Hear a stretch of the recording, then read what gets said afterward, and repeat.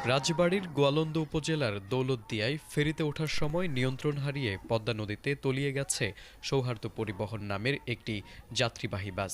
আজ বুধবার বিকেলে ৩ নম্বর ফেরিঘাট এলাকায় এই ভয়াবহ দুর্ঘটনা ঘটে। বাসটিতে ঘটনার সময় আনুমানিক ৪০ থেকে ৫০ জন যাত্রী ছিলেন বলে জানা গেছে।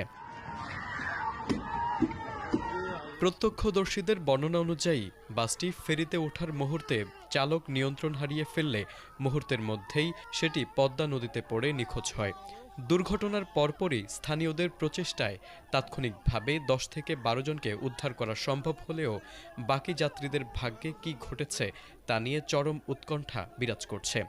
দুর্ঘটনার পর থেকেই নিখোঁজদের স্বজনদের আহাজারিতে ভারী হয়ে উঠেছে গোটা এলাকা। বিআইডব্লিউটিসি ঘটনার সত্যতা নিশ্চিত করে জানিয়েছে, বাসটি উদ্ধারে দ্রুত পদক্ষেপ নেওয়া হয়েছে।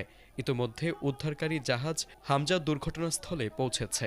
নিখোঁজ যাত্রীদের সন্ধানে ফায়ার সার্ভিসের ডুবুরি দল ও নৌ পুলিশের সদস্যরা যথাযথভাবে উদ্ধার অভিযান চালিয়ে যাচ্ছেন।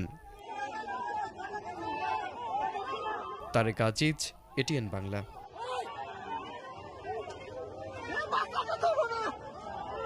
বহু মানুষ আছে তো বাসের ভিতরে।